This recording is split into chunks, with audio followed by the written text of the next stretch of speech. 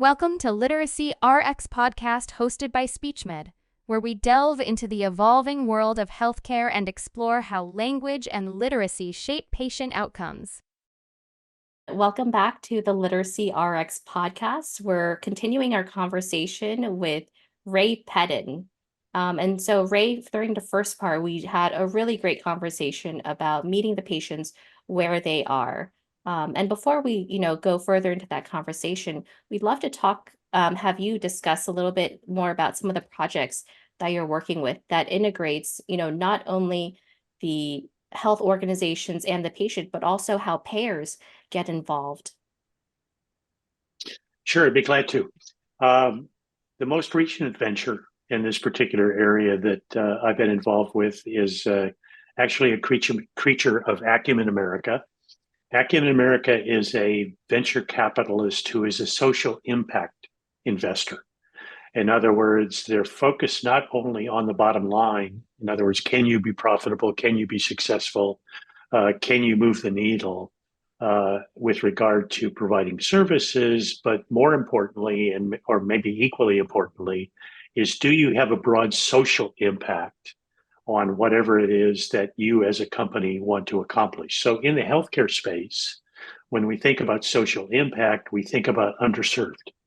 We think about communities that are uninsured. We think about Medicaid populations. We think about first-generation immigrant populations who are still trying to get oriented to the U.S. We think about people who are admitted to this country because they're fleeing countries that are particularly harmful to them and their family, and seek some solace from that and some safety from that threat.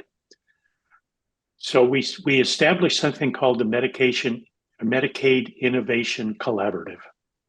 MIC specifically believes that there are applications for tech-enabled solutions to help improve outcomes among Medicaid population and underserved populations in general.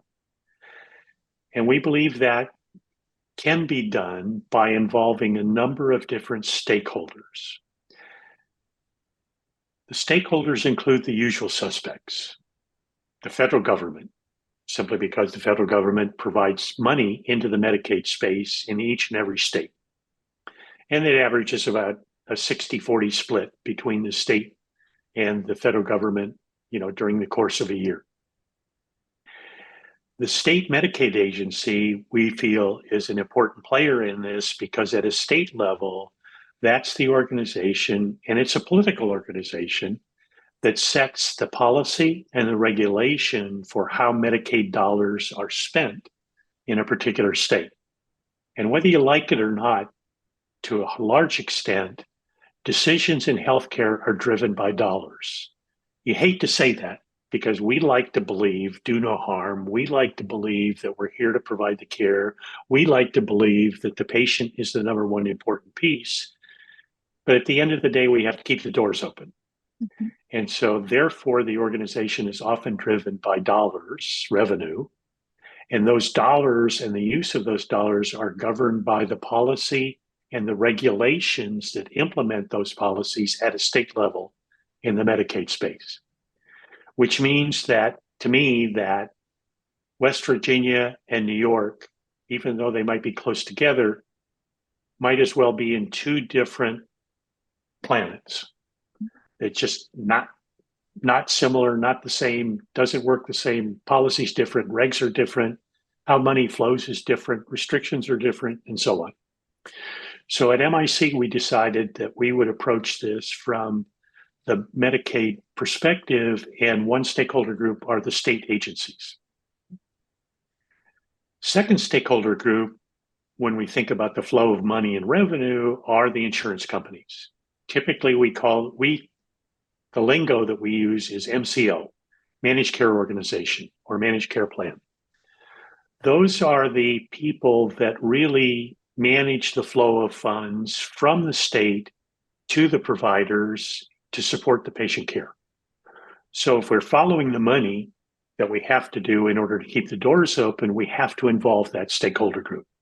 So MIC brought them to the table. Nothing unusual about that. as we continued with our thinking about this particular space with Medicaid, we said there is an underrepresented group of stakeholders that often don't sit at the table to make decisions about how to improve care, how to innovate around, especially technology-enabled platforms in this space of Medicaid. Who are those people? Oh, beneficiaries. Darn, forgot about those people. Are they important? No. Do geese walk barefoot? Are they important? Here we are, we're making all these regs, making all these policies, implementing all this process, pre-authorizations, pre-certifications, and all the other things that we've enacted in Medicaid, especially in the managed care space of Medicaid. And we never asked the beneficiaries, does this work for you? Oops. Major stakeholder group. So at MIC, we decided to make them an active and full partner in this effort to innovate in the Medicaid space. So we brought them to the table. And then we thought about, okay, who are the boots on the ground, at the end of the day? Who is actually face-to-face with that beneficiary? Well, that happens to be the providers, whether it be a community-based organization, a CBO, whether it be a faith-based organization, whether it be a barber shop, a nail salon, or, oh yeah, those doctors. Yeah, we got to include them too. So that's kind of the provider stakeholder that we bring to the table. So we took all of our data, me out of the academic world, Vino Alec, out of the operating world, me out of the operating world to a certain extent. And we sat down at the table and said, what makes something fail? I'd like to know that before I start, so I can avoid it.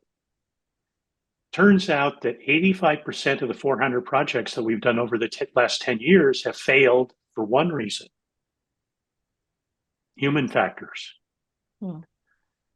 85% failed for human factors. The technology worked just fine. Wow. The technology was wonderful. It's like your TV. You push the power button and the TV lights up, and you go watch the football game, or you go watch the miniseries, or you go watch whatever you're going to watch on TV. The technology works just fine these days. Used to be different, but these days works fine. So 85% of the time, it's the human factors.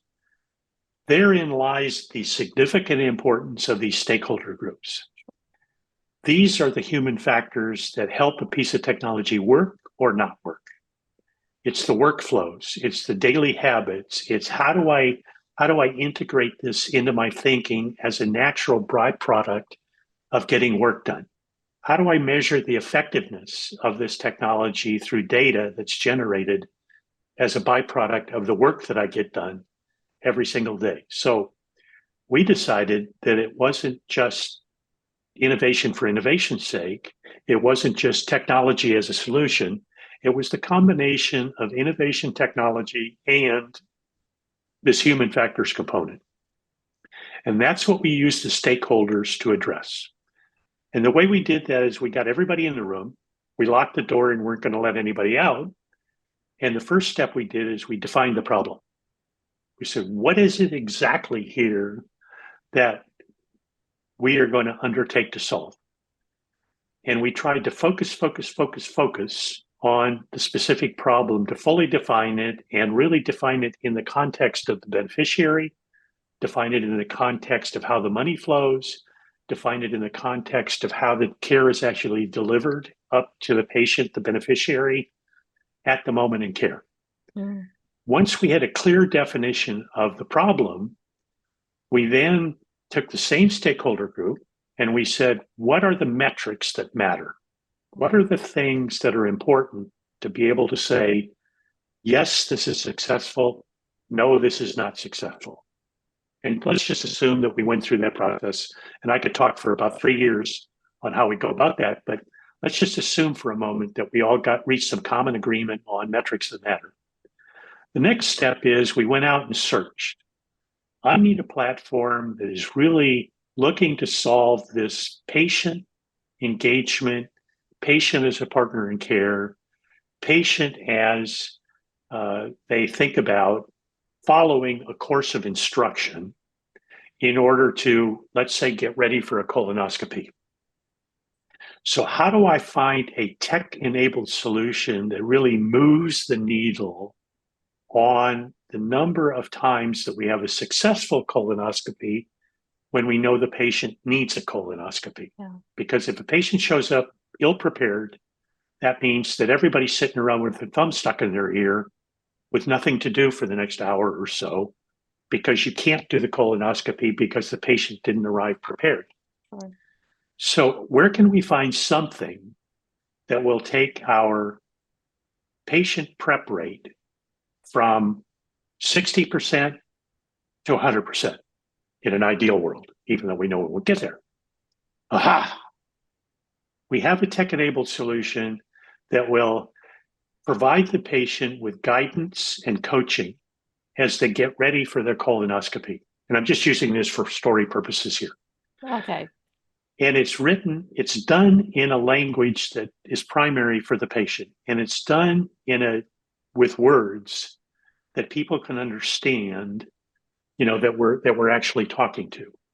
And so we take this tech-enabled solution and we sit with the state agency and we sit with the managed care organizations and we sit with the providers and say, how do we integrate this into the cash flow, the revenue flow, the dollar flow of Medicaid? And how do we integrate this service into your daily habits here in the practice or here in the hospital or here in the colonoscopy suite where the nurses are really working with the patients to get them ready for the colonoscopy? And then we run a demonstration project to show how this works with the beneficiaries rather than if this works. And we actually gather data. What's the difference between your patients arriving appropriately prepped for colonoscopy before and after the intervention of the platform that is tech-enabled, that does it in a patient's language, and has pictures and videos and other things to support that patient interaction to make them a full partner in care? So we take SpeechMED, which provides such a platform, and we actually deploy it in a demonstration project. And how do we fund the demonstration project? We go to the MCOs, the managed care plans, and we say, this is important to you because you're spending money unnecessarily. Therefore, you need to put skin in the game. I, as the Medicaid Innovation Collaborative, put up a little bit of seed money, not even close to covering the cost of the demonstration project. And we get the beneficiaries involved early in terms of how and when and why this gets implemented. And they provide us feedback. So we all get together in a room and score SpeechMED. And if SpeechMED scores well in terms of the demonstration project of how this will affect beneficiaries, and we already have the stakeholders saying, yes, I can see how this integrates into the human factor side of the equation, then we go forward with the demonstration project. And after 12 months, we have data that either gives us evidence that this has moved the needle from 60% fully prepped to 97% fully prepped or not, depending on the metrics we're using. And we've proven beyond the shadow of a doubt that this is sustainable because we've already had MCOs put skin in the game. We already had a little bit of seed money. We've had the beneficiaries using it. We've had the providers using it. And lo and behold, the data along with the money supports the fact that the total cost of care is reduced by following this kind of a process, using a tech-enabled platform in the Medicaid space, which makes the policymakers happier because it's closing gaps in care. Those kinds of measures that are reported out, not only to the state, but also to the federal government. So there's just a little story example of how MIC goes about the type of project that we do. Currently, we're working on 5 major demonstration projects in New York, Kentucky, and Iowa, 2 of which are focused on the homeless and the unhoused, specifically how to make that work. And some of the data coming out of that is extraordinary, like shut my mouth and call me Shirley extraordinary. And We're working on a transportation project statewide in Iowa that really expands transportation services beyond getting the patient to the hospital or getting the patient to the doctor's office. What about job interviews? Shouldn't we have transportation to job interviews because that's a difficulty? Oh, grocery store. I'll be darned. What does a grocery store do that's important to health? Well, something like groceries. Well, how do we get the beneficiary there to get their groceries when they need it, how they need it? Oh, you've got 2 children. You don't have childcare. How do we make sure that your transportation has 2 seats in the vehicle for your kids so that they can go with you to the grocery store or the doctor's office or the hospital or the housing service that you're applying for stable housing or the grocery store or, a whole list of other things. So why is transportation limited to going to a doctor's office or an emergency room is the question we're asking in Iowa. And does that expansion of benefit really make the beneficiary's life better? And because their life gets better, does it affect their health outcomes? And how do we measure that? So that's kind of the Iowa example. In Kentucky, we're working on 2 food and nutrition projects. Specifically in Kentucky, the difficulty is you have urban areas like Louisville, for example, where things like Instacart and Uber and Lyft and all that kind of stuff happen that are ancillary to food and nutrition, but nonetheless are required sometimes to get to where you need to get the food and to spend time with a nutritionist. What about the rural areas of Kentucky? What about the Appalachian component of Kentucky? Mm-hmm. How might you implement food and nutrition in the Medicaid population in those areas? What are the challenges? What are the limitations? How do we do this in a different way? How do we hijack the Medicaid dollars? Because Kentucky is currently not a waiver state. So how do we hijack the Medicaid dollars to even pay for food and nutrition services? Because it's not, quote, other than SNAP and other defined benefits, it's not a full benefit of Medicaid.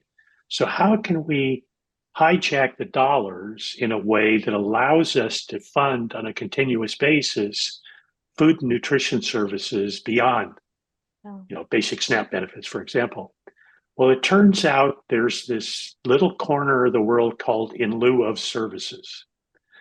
And what in lieu of services means, if I can provide service X as in lieu of or in replacement of service Y, then I can capture those dollars that would have been paid for Y to support X in lieu of services, in place of, to replace services. So we've engineered ways to hijack those Medicaid dollars by way of in lieu of services, is what it's formally called, in order to use those dollars to pay for services that are replacing other potential services in the Medicaid revenue flow. The danger there is that if I take the money that would have been used for Y and use it to fund X under this in lieu of services as a managed care organization, but I don't recover the Y dollars in order to do that at the end of the day, I'm on the hook. Yeah. So we've got to have data. We've got to be able to track it. We've got to be able to show it in order to justify and continue to support the in lieu of services. X replaces Y, and therefore we can divert the dollars in order to pay for X and make it sustainable. So that's just a little example of a couple of projects that we've got going on at MIC. We're looking at a number for next year in additional states, which include candidate states of Minnesota, Colorado, North Carolina, Texas, and I think we're looking at one other. And we're right in the process now of trying to get all of the Medicaid state offices in the same room and helping them tolerate one another for a little while. And we're getting the MCOs in the room and saying, wouldn't you rather cooperate and graduate rather than compete with each other? And let's define a set of problems that are of primary importance here in 2024, leading into demonstration projects in 2025. We'll see where that goes, but our early evidence shows that we can move the needle in Medicaid. Is it complicated? Is it frustrating? Is it drive me crazy kind of stuff? Is it chaotic? All of the above, yes. Is it worth it? What the hell am I doing this for if it isn't? So yes, we believe it's worth it. And it's driven with the idea that if we fully define the problem, that if we get the stakeholders in the room, that if we really evaluate critically tech-enabled solutions like SpeechMED, for example, that where appropriate, tech-enabled solutions can substantially move the needle on health outcomes in Medicaid in these states, even though they're each different from one another, even though MCOs compete with one another, even though everybody's got a live hand grenade that they'd like to throw at each other. We think we can bring a collaborative environment in and really move the needle. And just for other states that want to, knock on the door and get involved, Ray is with the Medicaid Innovation Collaborative. So please check them out and you will be able to get the awesome expertise of people like Ray. And SpeechMED in the future. So Susan, is there anything you want to ask Ray? Yeah, I want to ask Ray, what haven't we asked you that's really important with regard to literacy, language, or anything that you've spoken about? That's a hard one, right? There's so many things. Well,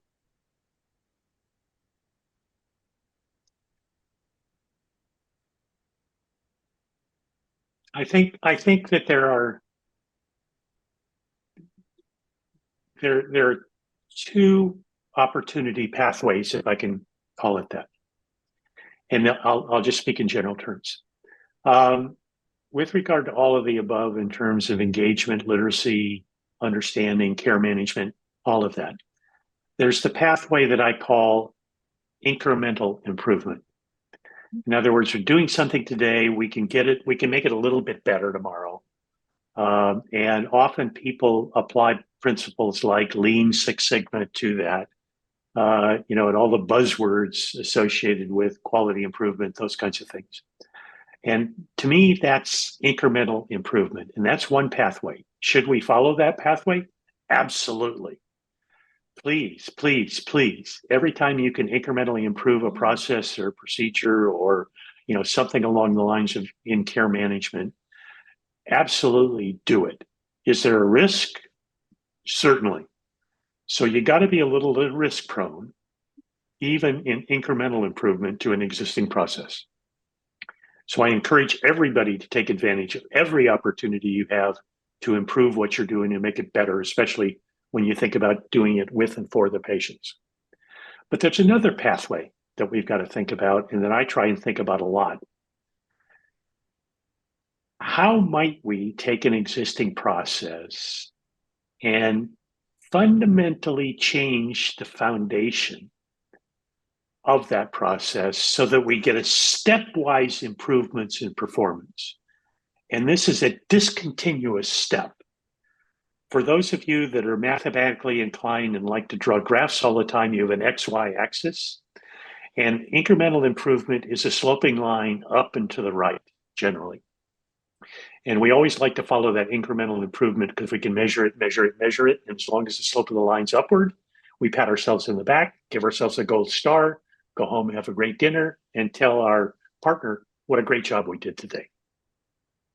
Good stuff. When I talk about a discontinuous change in that line, I'm talking about a vertical jump, a significantly large vertical jump in the level of performance. It goes straight vertical. There's no hockey stick. There's no slope. It's directly vertical. Right. It's a discontinuous change in what we're doing.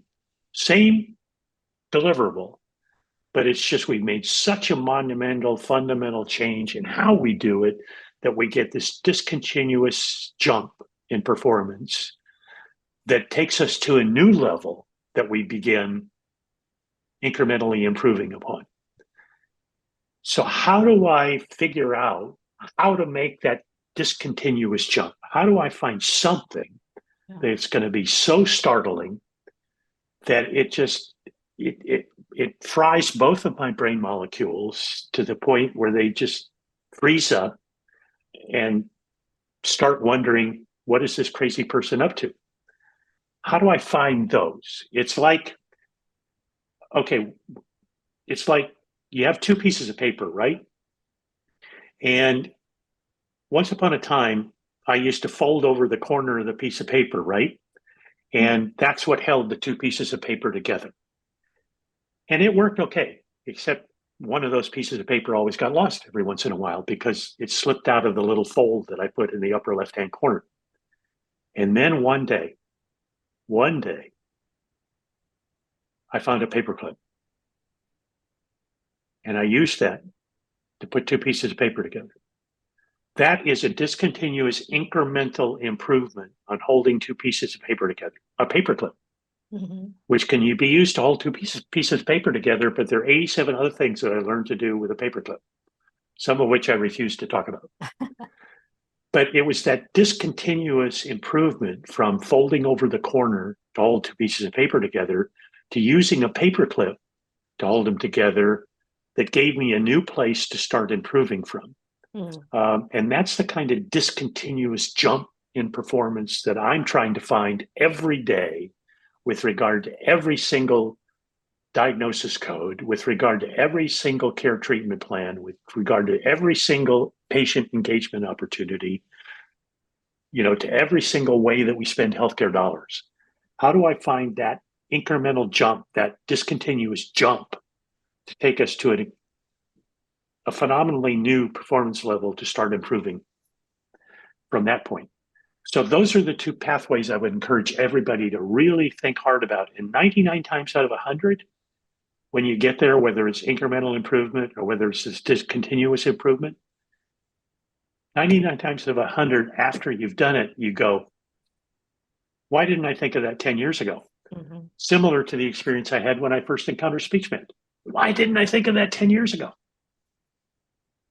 Ray, would you say, though, that the first option is something that's easy to adapt into healthcare, and the second option scares most healthcare providers? What I find is that, we bang our heads frequently trying to carve kind of a new world out a little bit, but we're not rewarded for it.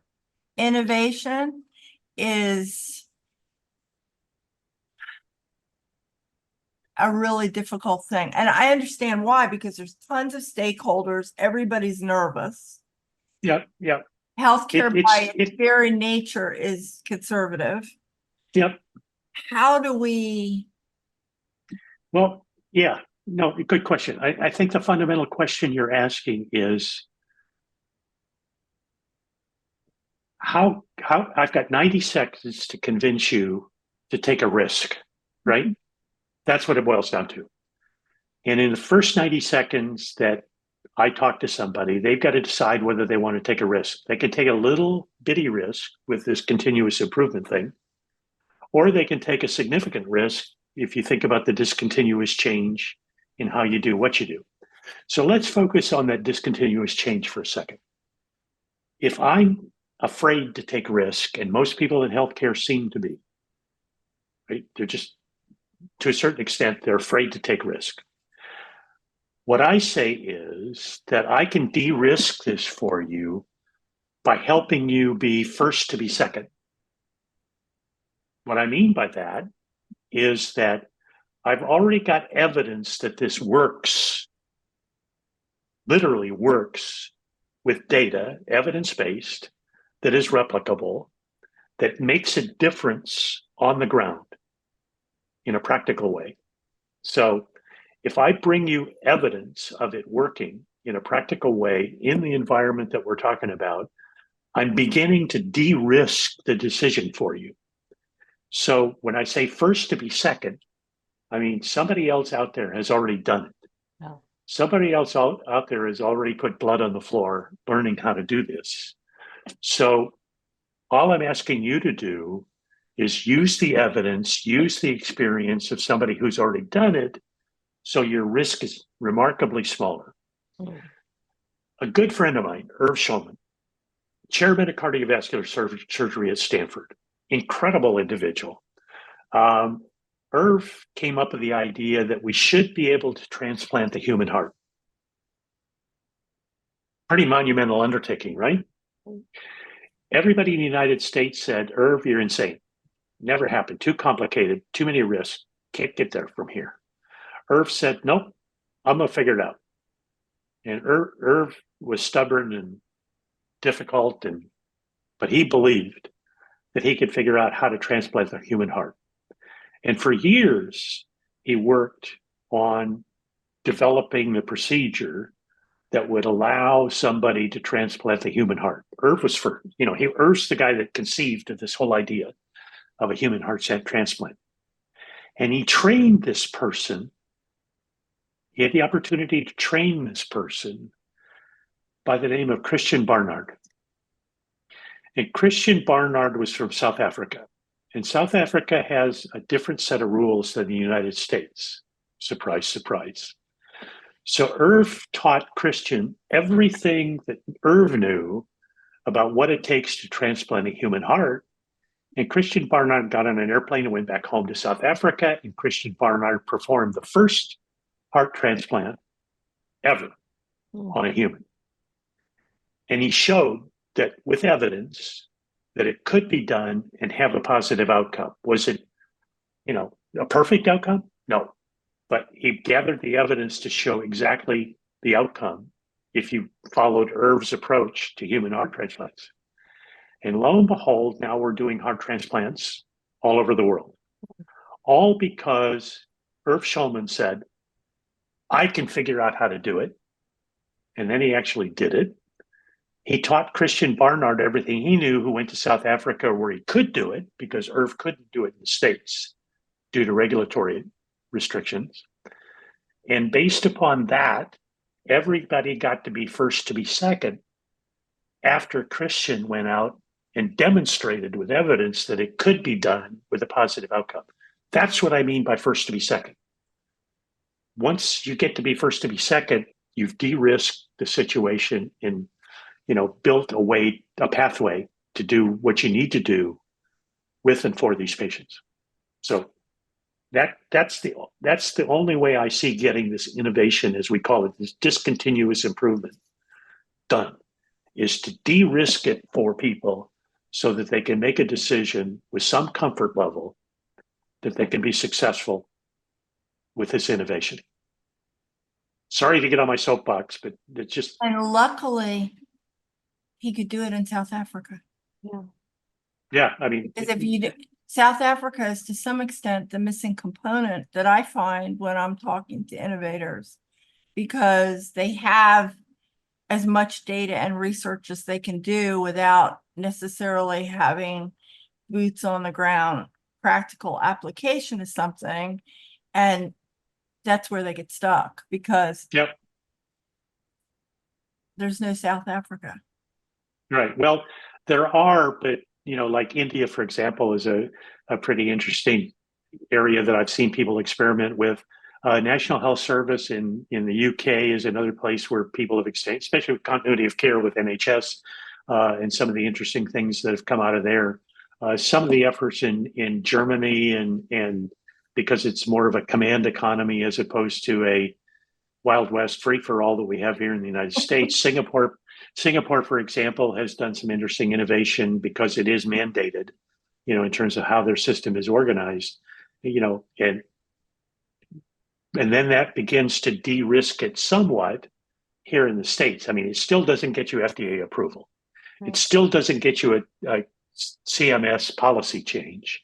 It still doesn't help, West Virginia change the regulations around colonoscopy, for example.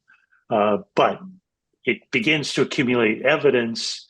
And then ultimately, if we're stubborn enough and stay at it long enough, we can get people to understand that it's important to do this. But it's frustrating. It is in many areas. A lot of times, like Jess and I talk about it all the time. To me, it seems logical that you can't expect, for example, a patient to follow instructions that he doesn't understand. Yeah, exactly. I've talked to you, Ray, about my very well-educated mother-in-law dying as a result of a medical mishap due to Yep. not understanding her instructions because they're handed to her in English and her primary language is French. So Right. you would think that logic would carry healthcare down a certain road, like read it to them in Swahili and they're going to, and it's just amazing how, and I understand it too, because from the provider point of view, I listen to them and they all talk about the fact that they have no time, Yeah. that they come home 7 minutes. and beat up. And a lot of times you're doing the best you can with what you have. And oh, please don't ask me to now switch another lever, when I'm trying to figure out the first 400 that I'm required to do. So Yep. it is, but for you, when I think of how you innovate, you don't go from bending the edges of paper to a paperclip. You're not that kind of guy. To me, you're the kind of guy that goes from that to industrial run automatic staplers that probably have some way of feeding the paper in before anybody even thinks about it. So, and thank God, right? Because you Well, you and Jessica think work the for same the way. rest of us. I mean, you and Jessica think the same way. I mean, we're sort of like peas in a pod when we get together and you talk about some of this stuff. You're saying something and I'm nodding my head and Jessica's nodding her head and then Jessica pipes in and we're all nodding our head. And then when we get all done with the conversation, we ask each other, okay, so what are you going to do tomorrow to make a difference based upon what we talked about today? I mean, how many times have the three of us come to that point? So, and you say to me, okay, so Ray, what are you going to do tomorrow that'll make a difference in SpeechMED's life?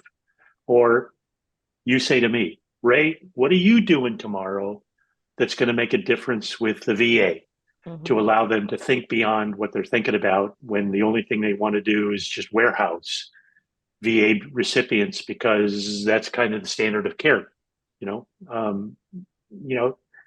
Often it comes down to that end of conversation. So what are you going to do tomorrow? Like a friend of mine that had a bank.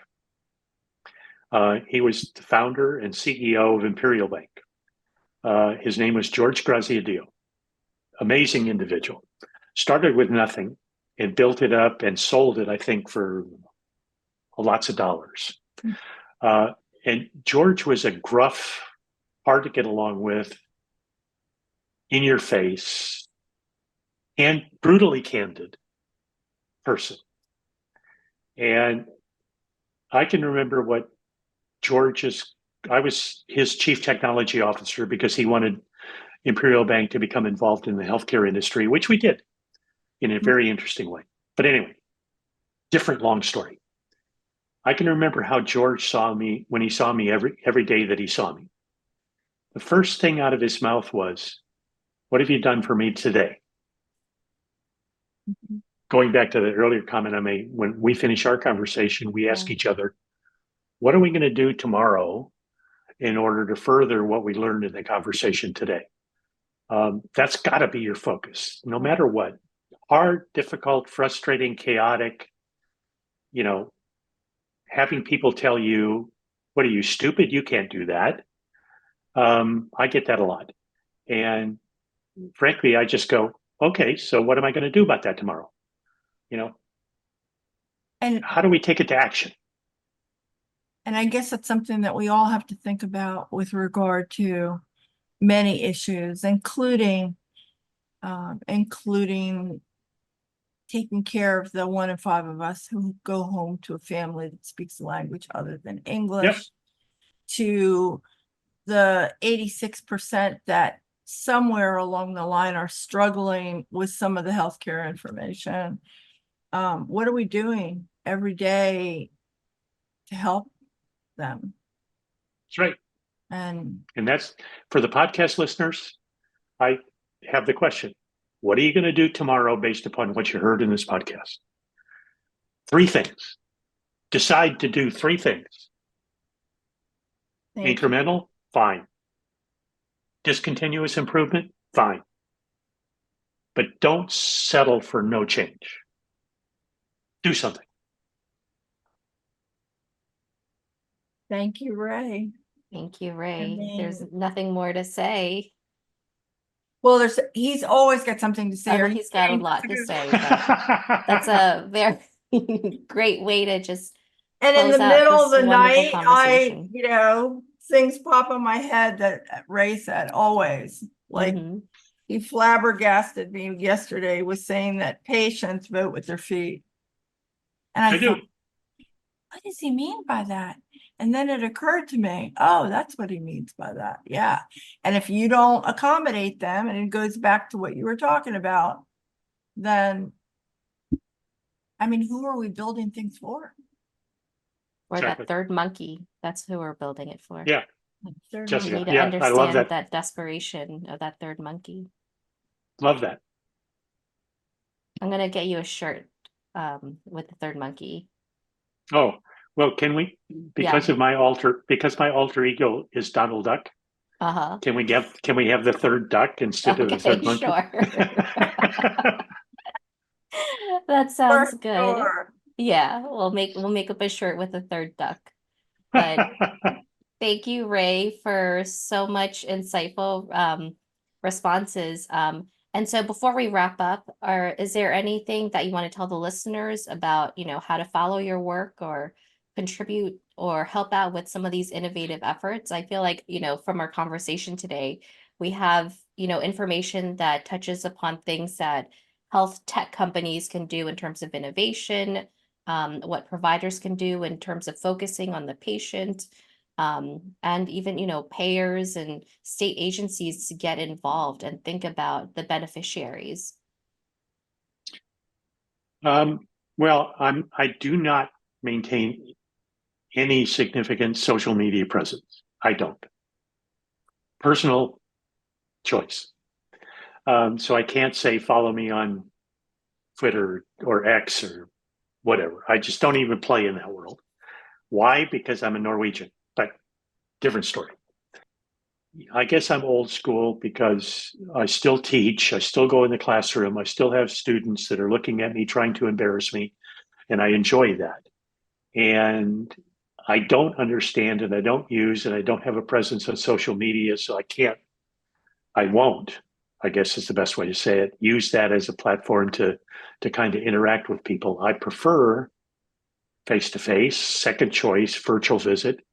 I know a ton of people like Jessica and Susan and others in this space that are moving the needle every single day. And sometimes I don't have the answer, but Jessica does, or Susan does, or some of the other people that I associate with on a regular basis do. Vinu Alec does, for example. So if we have a chance to chat and I have a connection that I can make for you and make the introduction, happy to do it. I share openly and freely, and because I'm interested in moving the needle. So reach out to me. Is that the most efficient way to do things? No, but it works for me. So is there incremental improvement that can be brought to my life? Yes. And my wife, Janice, has been trying to do that for years and been unsuccessful. So we'll keep doing what we're doing. But yes, please reach out. You have a LinkedIn, right? So we'll put I do have a LinkedIn. So we'll put yeah, your that's the one LinkedIn social. link. Yeah, we'll put that Yeah. in the description and we'll leave it at that, and that's the way that they can contact you. Okay, that'd be great. All right. Thank you so much, everyone, for joining us and for this amazing conversation with Ray. We'll also put a link on the bottom for the part 1 conversation that we had. And thank you for joining us. Well, thank you both for inviting me, and thanks to Nathaniel for being in the back room and making this all happen for us. Thank you. Thank you.